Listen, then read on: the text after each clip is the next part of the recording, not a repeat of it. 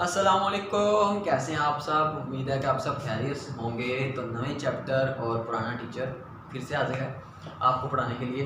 बेटे chapter number 3 start करते हैं। ऑर्गेनिक के सारे लेक्चर हमारे कंप्लीट हो चुके हैं। अब हम इनऑर्गेनिक केमिस्ट्री की तरफ मूव करेंगे और चैप्टर नंबर 3 में हमारे पास क्या है, थर्ड ए और फोर्थ है। फर्स्ट और सेकंड चैप्टर हम क्योंकि क्लासेस में पढ़ चुके हैं तो अब इसी पे मूव कर लेंगे थर्ड और फोर्थ ए पे।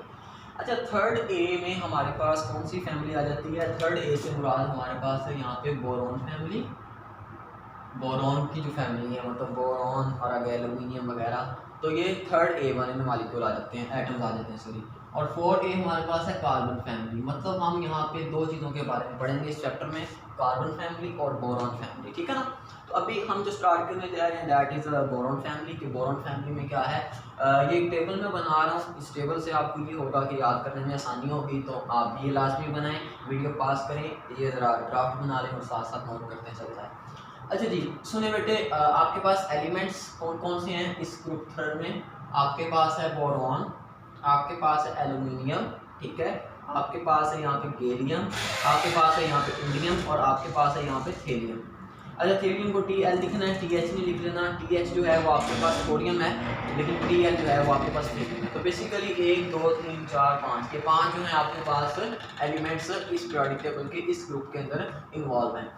ओके, अगर मैं इनका एटॉमिक नंबर लिखूं तो बोरॉन का एटॉमिक नंबर होता है 5 और एल्यूमिनियम का होता है 13, गैलियम का होता है 31, इसका होता है 49 और थीलियम का जो होता है आपके पास वो होता है 81।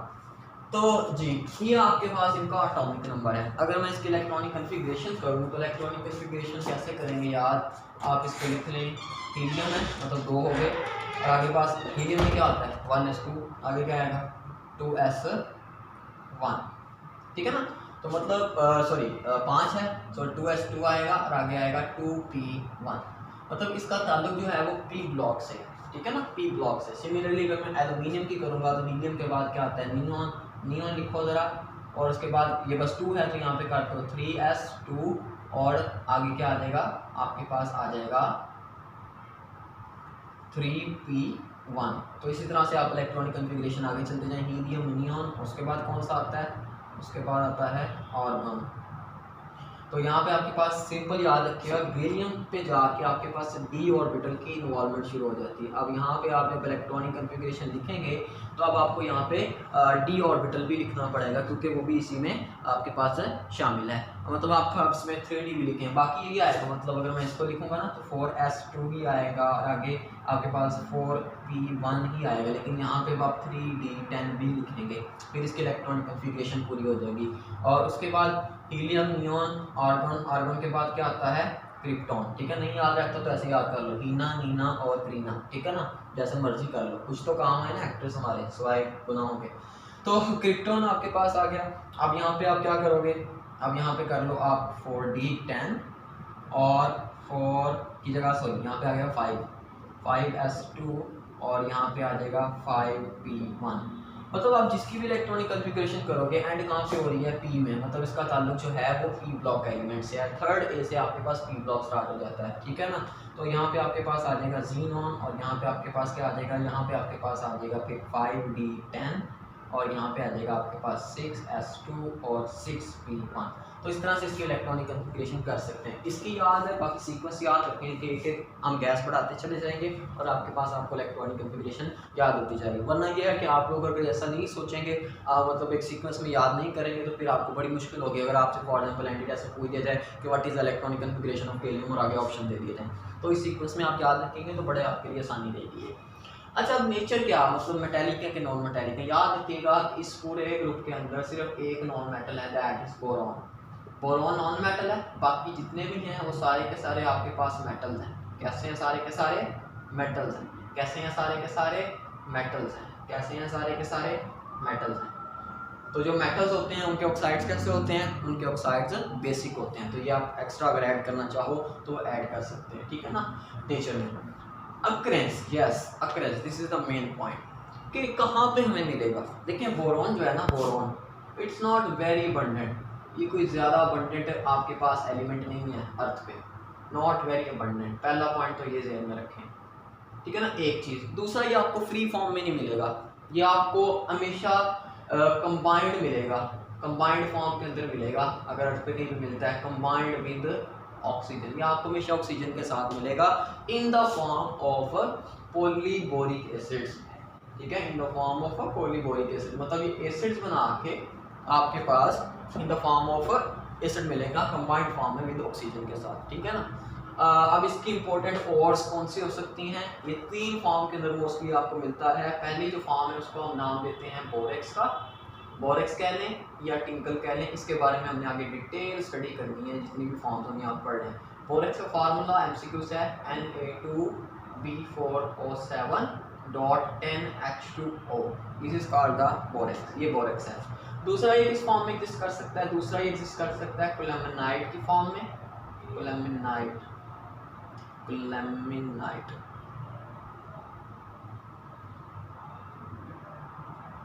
ऐसे स्पेलिंग इसके, कोलैमिनाइट, अभी भी गलत हो सकते हैं, कर लीजिएगा, ठीक है, अगर गलत हुए। अच्छा, कोलैमिनाइट जो है, कोलैमिनाइट का फार्मूला क्या होता है, कोलैमिनाइट असल में हमारे पास जो है वो कैल्शियम इसके साथ शामिल होता है, इसके साथ, तो इसका फार्मूला होता है आपके पास Ca2B6O11.5H2O, दिस इज कोलैमिनाइट, ठीक है। ये भी एक इसकी ओर है, और कहते हैं जिस फॉर्म में कोई आपके पास एलिमेंट ज़मीन से निकलता है, मेटल ज़मीन से निकलता है, उसे हम और कहते हैं।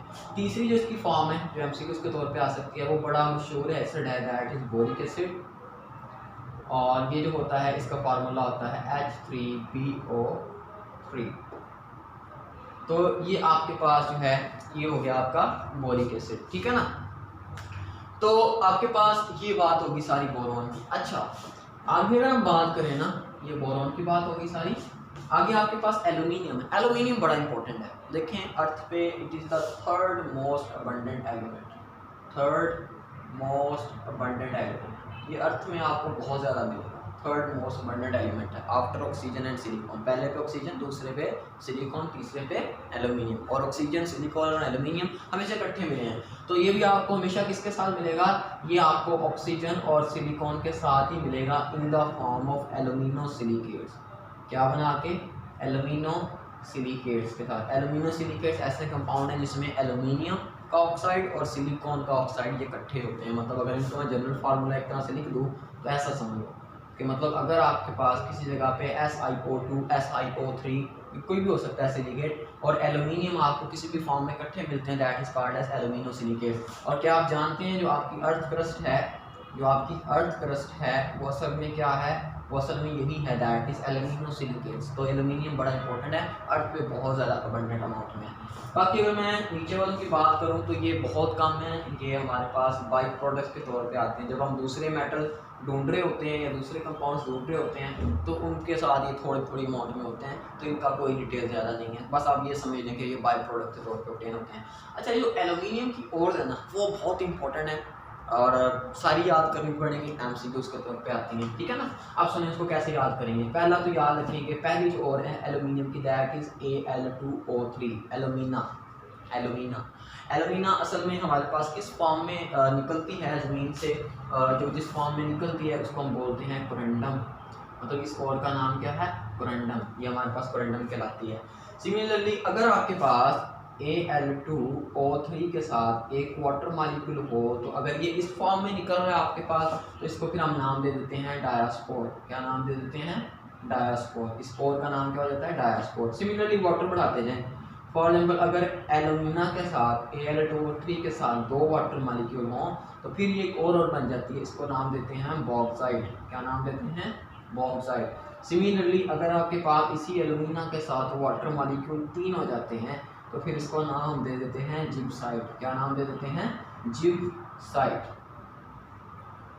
तो ये आपके पास मतलब वाटर मॉलिक्यूल बढ़ाते जाएं, आपके पास और का नाम बदलता जाएगा। अच्छा, अब एक और बड़ी इंपॉर्टेंट और है जिसको हम क्या नाम देते हैं, क्ले। क्ले किसे कहते हैं, मट्टी, मट्टी में क्ले जो होता है आपके पास अक्सर एक मट्टी की स्पेशल टाइप है। क्ले जो है हमारे पास वो भी असल में एल्यूमिनियम और सिलिका का कॉम्प्लेक्स है, मतलब असल में एल्यूमिनो सिलिकेट है जो आपके पास क्ले है, ठीक है ना। तो अब देखो आपके पास उसमें क्या होता है, उसमें एल्यूमिना तो होता ही है और वाटर भी होते हैं, लेकिन उसके साथ अब एक चीज़ एडिशनल आ रही है, वो आपके पास क्या है, वो आपके पास है सिलिकॉन के ऑक्साइड, सिलिका। कितने, 2 सिलिका के मॉलिक्यूल, ठीक है ना। एल्यूमिना तो है ही, ठीक है ना। लेकिन सिलिकॉन मतलब एल्यूमिनियम ऑक्साइड, सिलिकॉन ऑक्साइड और साथ कितने मॉलिक्यूल होते हैं वाटर के, 2 मॉलिक्यूल्स। तो इसको आप क्या बोल सकते हैं कि ये आपके पास क्ले है। तो ये फार्मूला याद करना है आपने, एमसीक्यूज के तौर पे है, बहुत सिंपल है। अगर आप इस सीक्वेंस में इसको याद करोगे ना तो मैं नहीं भूलने वाला, बड़े आसानी से आप लोगों को याद हो जाएगा, ठीक है। अब फॉर एग्जाम्पल एक और है हमारे पास, उसका नाम है फेल्डस्पार। अब ये भी और है एल्यूमिनियम की, एल्यूमिनियम हम सारा ज़मीन से निकालते हैं। अब इसमें क्या होता है, इसमें आपके पास सिर्फ ये है, इसके अंदर भी आपके पास एल्यूमिना है, मतलब Al2O3 इसके अंदर भी है, लेकिन अब इसमें सिलिकॉन का ऑक्साइड नहीं बल्कि एक पोटाशियम का ऑक्साइड आ जाता है, K2O पोटाशियम का ऑक्साइड आ जाता है, अंडरस्टैंड। और साथ इसके अंदर फिर 6 वाटर मॉलिक्यूल होते हैं। तो ये आपके पास हो गया फेल्डस्पार। और एक लास्ट मिका शीट आप पढ़ते आ रहे हैं, फिजिक्स में भी काफ़ी दफ़ा आपने पढ़ी, मिका शीट डाइलेक्ट्रिक के तौर पे यूज़ की जाती है, कैपेसिटर या फिर जो भी आपने पढ़ी। तो मिका शीट जो होता है ना वो असल में आपके पास वो भी पोटाशियम एल्यूमिनियम सिलिकेट ही होता है। अगर मैं उसका फार्मूला लिखूँ तो आपके पास क्या होगा, उसका फार्मूला आता है KH2, इसके अलावा ये हो गया पोटाशियम हाइड्रोजन, और उसके बाद आ जाता है आपके पास एल्यूमिनियम Al3 होता है, SiO4 thrice ji, this one. तो ये इंपॉर्टेंट ओर्स हैं जो जिनसे हम एल्यूमिनियम ऑब्टेन कर सकते हैं। Corundum with no water molecule, diaspore with 1 water molecule, bauxite with 2 and gibbsite with 3 water molecules. और अगर 2 वाटर मॉलिक्यूल हो, एल्यूमिना ही हो लेकिन साथ सिलिका आ जाए, मतलब SiO2, this is called as clay, ठीक है। और ये हो गया फेल्डस्पार जिसमें पोटाशियम का ऑक्साइड आ जाए एल्यूमिना के साथ। तो इस सीक्वेंस में याद करिएगा, आप बड़े अच्छे तरीके से याद करिएगा। अभी जो भी आपने पढ़ा ये सारा एमसीक्यूज के तौर पे है, इसको अच्छी तरीके से करिएगा। अब हम इसको आगे फर्दर स्टडी करते हैं। तो जी अब हम मूव करते हैं पिक्यूलियर बिहेवियर ऑफ बोरॉन। याद रखिएगा, कोई भी हम पीरियोडिक टेबल में ग्रुप पढ़ते हैं उसका पहला एलिमेंट थोड़ा सा यूनिक होता है, उसकी प्रॉपर्टीज़ यूनिक होती हैं। मतलब फॉर एग्जाम्पल हमारे पास जो थर्ड ए है उसकी प्रॉपर्टीज़ यूनिक होंगी, जो पहला उसका एलिमेंट होगा। थर्ड ए में क्या है, बाई एलिगेडिया थाईलैंड, या जैसे मर्जी आप इसको याद करें, बोरॉन, एल्यूमिनियम, गैलियम, इंडियम और थेरियम। अब इसमें जो बोरॉन है या कोई भी किसी भी ग्रुप का पहला एलिमेंट होगा, इसको ज़हन में रखिएगा कि उसकी प्रॉपर्टीज हमेशा कुछ यूनिक ही होंगी। वजह पता क्या है, क्योंकि यहाँ पे जो पहला एलिमेंट, जो पहली लाइन चल रही है पीरियोडिक टेबल में, वहाँ पे जो भी एलिमेंट होगा उसका साइज हमेशा क्या होगा, स्मॉल होगा। अब साइज स्मॉल होने की वजह से क्या होता है, उसकी जो आयोनाइजेशन एनर्जी होती है as compare to other members, वो भी आपके पास क्या होगी, फिर डेफिनेटली ज़्यादा होगी, ठीक है ना। क्योंकि जब साइज स्मॉल होगा एटम का तो उसमें से इलेक्ट्रॉन्स का निकलना मुश्किल होगा। तब स्मॉल साइज की वजह से, ज़्यादा आयोनाइजेशन होने की वजह से इसका करैक्टर थोड़ा सा डिफरेंट होगा as compare to others. Similarly for example 4AB अगर आ जाता है तो उसमें भी कार्बन का बिहेवियर जो है वो बाकी सबसे डिफरेंट होगा। आगे आपके पास फॉर एग्जाम्पल 5A आ जाता है तो नाइट्रोजन का बिहेवियर सबसे डिफरेंट होगा। तो जो पहला एलिमेंट होता है उसका बिहेवियर हमेशा डिफरेंट होता है। तो इसी वजह से इनऑर्गेनिक में आप जो भी ग्रुप पढ़ेंगे तो पहले उसके पहले एलिमेंट का कोई डिफरेंट बिहेवियर पढ़ेंगे। अब यहाँ पे बोरॉन का क्या डिफरेंट बिहेवियर है, बोरॉन ये कर रहा है कि यहाँ पे जो नीचे वाले सारे हैं ये सारे के सारे तो मेटल्स हैं, इलेक्ट्रॉन लॉस करते हैं। एल्यूमिनियम के बारे में आप जानते हैं कितना अच्छा मेटल है, इलेक्ट्रॉन लॉस करते हैं, एज अ मेटल बिहेव करते हैं। लेकिन ये सिर्फ बोरॉन साहब को तकलीफ है, बोरॉन क्या बिहेव करता है, ये as a non metal behave करता है। और ये बड़ी ऑकवर्ड सी बात है कि नॉन मेटल के तौर पे बिहेव करता है। रीज़न फिर वही है कि इसका स्मॉल साइज है और आयोनाइजेशन एनर्जी फिर ज़्यादा है। और जाहिर सी बात है फिर आयोनाइजेशन एनर्जी का जो मतलब डायरेक्ट ताल्लुक है वो मेटेलिक करैक्टर के साथ है, ठीक है। मेटेलिक करैक्टर और आयोनाइजेशन एनर्जी जो होते हैं वो एक दूसरे के इनवर्सली प्रोपोर्शनल होते हैं। अगर आयोनाइजेशन एनर्जी ज़्यादा है तो मेटेलिक करैक्टर क्या होता है, कम होता है। देखो मेटल किस चीज़ को कहते हैं, जो इलेक्ट्रॉन को लॉस करे। इलेक्ट्रॉन को कौन लॉस करेगा, जिसकी आयोनाइजेशन एनर्जी कम होगी, इलेक्ट्रॉन रिमूव करना आसान होगा। लेकिन यहाँ पे बोरॉन के स्मॉल साइज की वजह से उसकी आयोनाइजेशन एनर्जी ज़्यादा है। मतलब अगर मैं कहता हूँ फॉर एग्जाम्पल ये बोरॉन है, उसके पहले शेल में कितने इलेक्ट्रॉन हैं, 2, उससे अगले शेल में कितने इलेक्ट्रॉन आएंगे, 3, ठीक है ना। तो अब इसका साइज स्मॉल है जिसकी वजह से इस न्यूक्लियस ने इन इलेक्ट्रॉन्स को बड़ी ज़्यादा अट्रैक्शन से अपने पास रखा हुआ है, तो वो लॉस होना बड़ा मुश्किल है। लॉस होना बहुत मुश्किल है। तो इसकी वजह से जो आपके पास बोरॉन है वो नॉन मेटेलिक करेक्टर रखता है, वो नॉन मेटल है, हालांकि बाकी सारे मेटल्स हैं, ठीक है ना, ये यूनिक करेक्टर हो गया इसका। अच्छा, ये वाहद ऐसा नॉन मेटल है कि जिसके आउटर मोस्ट शेल में 3 इलेक्ट्रॉन है, फिर भी वो नॉन मेटल है।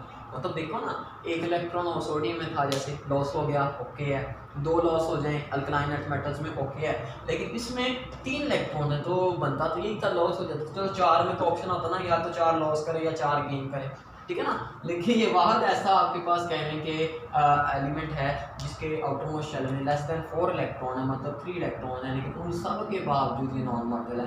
रीज़न इसकी फिर वही है कि इसका जो साइज़ है वो काफ़ी ज़्यादा स्मॉल है, और इसका जो फिर आयोनाइजेशन एनर्जी की वैल्यू है वो काफ़ी ज़्यादा फिर हाई होती है, तो जिसकी वजह से ये नॉन मेटल के तौर पे बिहेव करता है।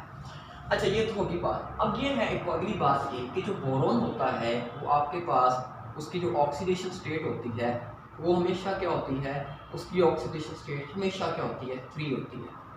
अब ये आपके पास जो है कि +3 भी हो सकती है, ये -3 भी हो सकती है, लेकिन बोरॉन जब भी बॉन्डिंग करेगा, जब भी कुछ बनाएगा, वो अपने तीनों के तीनों इलेक्ट्रॉन्स को यूज़ करके कुछ बनाएगा। ऐसा नहीं होगा कि बोरॉन कभी 2 बॉन्ड बना के बैठा हो, ये एक या कुछ और। बोरॉन हमेशा अपने सारे आउटर मोस्ट शेल के इलेक्ट्रॉन यूज़ करेगा, और वो 3 ही तो हैं उसमें, पहला शेल तो कंप्लीट है, दूसरा ही कंप्लीट है, लेकिन उसकी जो 3 इलेक्ट्रॉन तीनों यूज़ करेगा। अब फॉर एग्जांपल आपके पास जो है BF3, उसमें ये फॉर एग्जांपल यहाँ पे इस पर पॉजिटिव चार्ज है, क्योंकि फ्लोरीन ज़्यादा इलेक्ट्रोनेगेटिव है, तो उसके ऊपर -1 एक पे होगा, तो 3 पे -3 चार्ज होगा। तो BF3 में फॉर एग्जांपल इसका जो ऑक्सीडेशन स्टेट है ये +3 है, और BH3, अब बोरॉन ज़्यादा इलेक्ट्रोनेगेटिव है as compare to hydrogen, hydrogen क्योंकि ऊपर है और दूसरी साइड पे है, तो यहाँ पे इसकी जो इलेक्ट्रोनेगेटिविटी ऑक्सीडेशन स्टेट होती है वो आपके पास -3 होती है। तो मतलब देखेंगे जहाँ पे भी बॉन्ड बनाएगा, जैसे भी बनाए, किसी चीज़ के साथ भी बनाए, तो वो हमेशा तीनों के तीनों इलेक्ट्रॉन को यूज़ करेगा। एक तो ये बात हो गई। अब एक और बात ये है कि बोरॉन के अंदर एक बड़ी ही यूनिक प्रॉपर्टी है, और ये क्या है कि ये मॉलिक्यूलर एडिशन रिएक्शन देता है, मॉलिक्यूलर एडिशन रिएक्शंस देता है। What is meant by addition, मतलब बोरॉन के साथ जब कोई चीज़ रिएक्शन करती है तो इसके अंदर ऐड हो जाती है।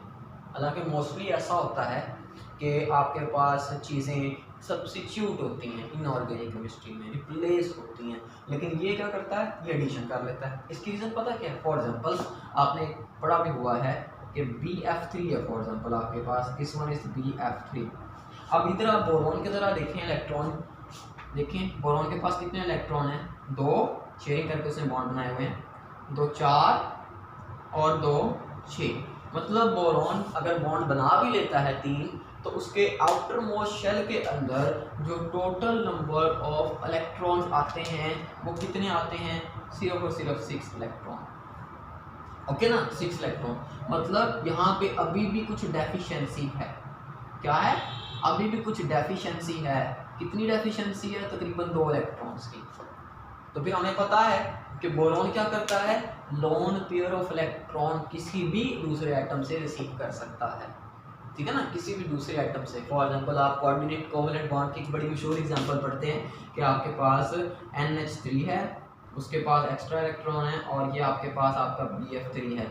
तो ये क्या करता है, ये अपने इलेक्ट्रॉन इस BF3 को डोनेट कर देता है, और आपके पास फिर ये बन जाता है NH3 और BF3 के दरमियान ऐसे एक bond that is called as coordinate covalent bond. तो ये कोई मतलब नाइट्रोजन आया है या अमोनिया आया, उसने कुछ रिप्लेस नहीं किया, होना तो ऐसे चाहिए था एक फ्लोरीन निकाल देता, उसकी जगह लग जाता, तो समझ में आता है। लेकिन क्योंकि अब ये देखिए बोरॉन के पास इलेक्ट्रॉन की डेफिशिएंसी होती है, तो ये आपके पास एडिशन प्रोडक्ट बना, ये देखें, ये आपके पास कोई एडिशन प्रोडक्ट बना, ये कोई दूसरा प्रोडक्ट नहीं बना, अंडरस्टैंड।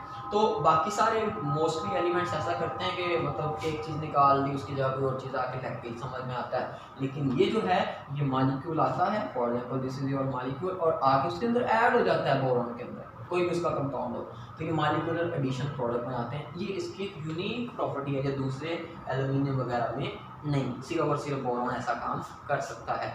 और एक और चीज़ ये है कि आपके पास जो बोरॉन है वो आपके पास आयोनिक कंपाउंड बहुत कम बनाता है, मतलब आयोनिक कंपाउंड्स जो हैं वो बहुत कम बनाते हैं, रेयरली बनाता है। मतलब ना तो इसके नाइट्रेट के साथ कोई बॉन्ड बनता है, ठीक है ना, नहीं बनाता, ना ये सल्फेट के साथ जब रिएक्शन करता है तो कोई बॉन्ड बनाता है, मतलब ये सारे नेगेटिवली चार्ज पार्टिकल हैं। होना तो ये चाहिए था ना, बोरॉन के साथ बॉन्ड बना लेता है, लेकिन बोरॉन पसंद ही नहीं करता। क्यों? देखो आयनिक बॉन्ड के लिए कंडीशन क्या है, एक पॉजिटिव स्पीशी हो और एक नेगेटिव हो। नेगेटिव तो आ रहे हैं, नाइट्रेट नेगेटिव है, सल्फेट नेगेटिव है, या कोई और नेगेटिव आ जाएगा।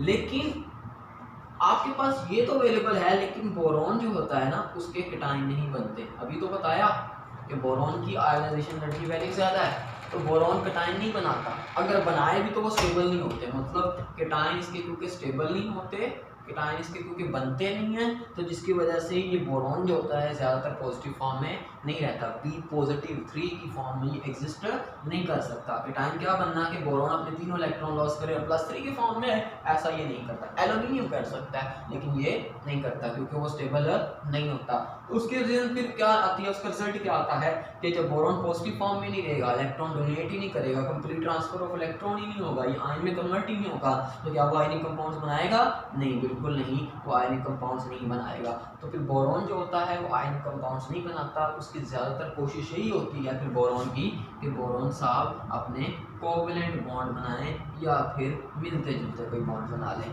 ठीक है, जैसे BF3 में कोवेलेंट बॉन्ड है, जैसे BH3 में आपके पास कोवेलेंट कैरेक्टर होता है।